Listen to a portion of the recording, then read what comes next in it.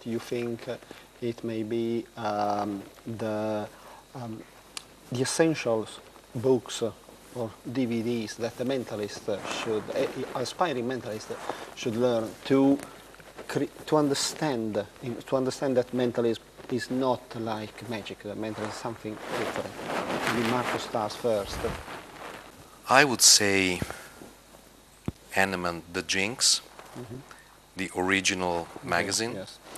There's so much more in the magazine than in the books. A lot of things in the column, like at the end when you Yes. sign off, that people don't realize there's a lot of stuff in there, and yeah. Because it also puts the roots of modern mentalism into context, Yes. into an historical context.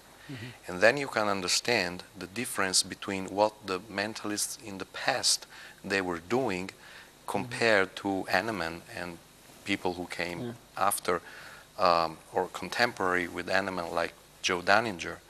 But so we can see that before that time, mentalists were actually doing very basic things such as Q&A, telepathy, the couple telepathy, so duos, performers, and muscle reading or contact mind reading, and that was and hypnotism. That was much all they were doing, and so with Animan, things change, and mentalism becomes more connected also with close-up magic in some way, because Animan and Al Baker also they start using small objects like cards and billets and bird trees.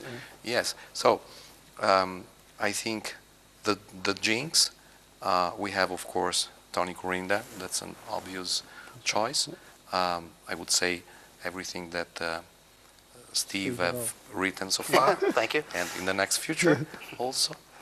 Well, I have, of course, a personal connection with Max Maven, so I think that his work is fundamental also. There are some other people. Well, I think Max has probably contributed more to magic. When you look at his volume and the conventions he's helped, and he's done more to promote magic, I think, than almost anybody I know. I mean, yes, really. yes, I mean, yes, yeah. yes. And I think his work, early work on mentalism is very important piece of the art, and I would also say Bob Cassidy, and Bob's great. So we now have a 6-foot shelf of books. Well, it gets bigger because my answer is very different. So yeah, I think that there is a point where we have to expand our knowledge. And that's probably the first step. You try to read and learn as much as you can, but experience is the only thing that can you really teach on the field, and then you reduce your information based on practice and on experiencing with real people. That's a completely different thing. Absolutely. So in information wise, the more the better, but learning wise, which is go deeper than information, you know, on stage and do it. Because I like this saying from New Guinea, which is knowledge is just a rumor until it's in the muscles. Yeah, that's great. That's great. That's great. My answer would be different. I think those books are all great books. I didn't start with any of those. And what I started with, well, I started with Randy's book, of course, which kind of told me that Geller wasn't necessarily genuine from, that point of view. And so what I started reading was a lot more books like that. I started reading like Melbourne Christopher's ESP, Seers and Psychics. I started reading all the books about the psychics back in the day and what they were doing, because that was the stuff that looked real. I mean, you had Olaf Johansson, who did stuff with cards, but people believed it was real. Yes. And you had Romano, you had all these psychics doing these things. And so I was inspired by a lot of those kind of things. You know, that's how I came up with PK Touches. It was based upon something a psychic had been doing. And I was able to take that and change it so that I could actually use it in a performance. So reading all these secrets of what these frauds had been using, you know, that really took me into sort of this real looking world of things.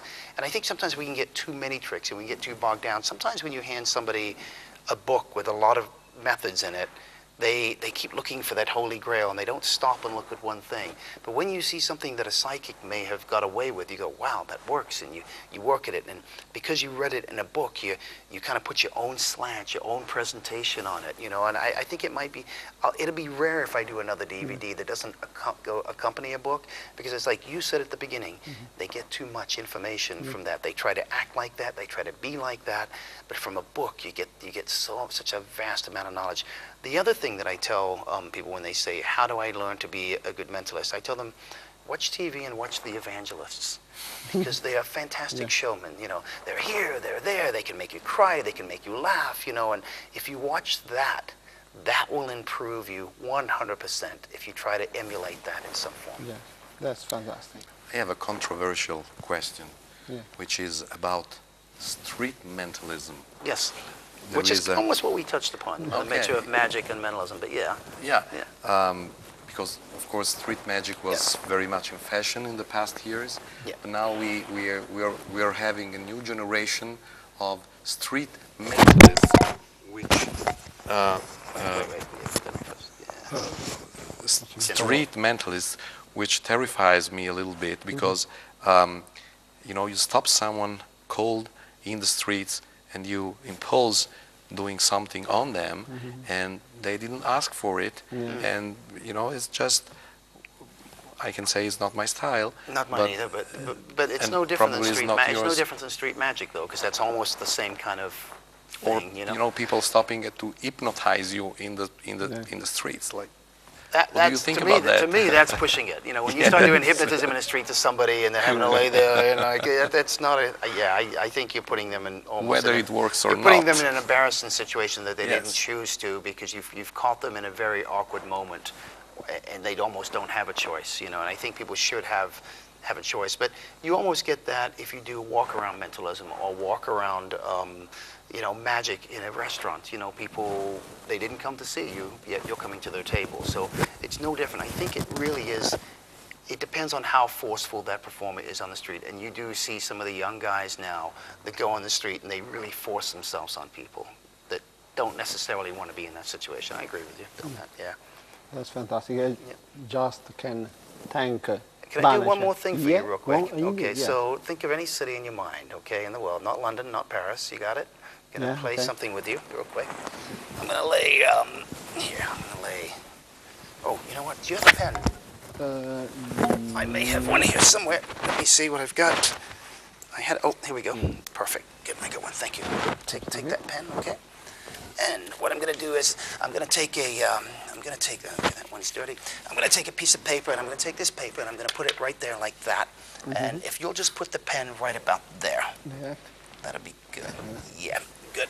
And we're going to cover this up like this. Do you have a city in your mind? Yep. Okay, look at me, please. I want you to see a map of the world in front of you. Typical map like what, I'm going to say, I don't know how your maps are here, but in America, you have, what you tend to do is you have Hawaii, you have America, and then you come across and you go over to Europe, and you go over to Russia. So I'm not sure if that's the same way it is. Okay, because some countries, they start wherever their country is as well. So take a look at that right now. Just put your hand on my hand for 1 second, okay? Just put your hand on mine 1 second. See that map right here, right now. Just see that map. And what I want you to do is I just want you to kind of think of where that city would be. Would it be over here towards the Russia or Asia, Europe, coming across? Okay, you almost stopped me right here in a way in your mind, and I get the feeling that it was as soon as I touched America almost. So it's somewhere probably on the East Coast of America, because you didn't let me come all the way across. I go from the bottom, just in your mind. Okay, I know I'm close. It's sort of that Philadelphia, New York, New Jersey, maybe Connecticut area. It's in America though, isn't it? Yes? Okay, good. Look at me for 1 second. All right, here we go, watch. Imagine the pen standing up and writing out the name of the city. Just imagine it doing that. Watch what happens. Watch. Imagine electricity coming from my brain all the way down my arms to the city, and here we go. Looks a little strange, but keep thinking. I think we've almost got it. Oh, okay, 2 words. Yeah, that's what I thought. What was the name of the city? New York. New York City? New York City, yes. What's on there? New York. New York. Thank you very much. You're welcome. Please. It has been my pleasure. It's been a pleasure. Thank you very much. And Thank thank you, you for Marco. helping me out at the convention and here. Thank you. Thanks, Marco. Thank you. Arrivederci. All of you.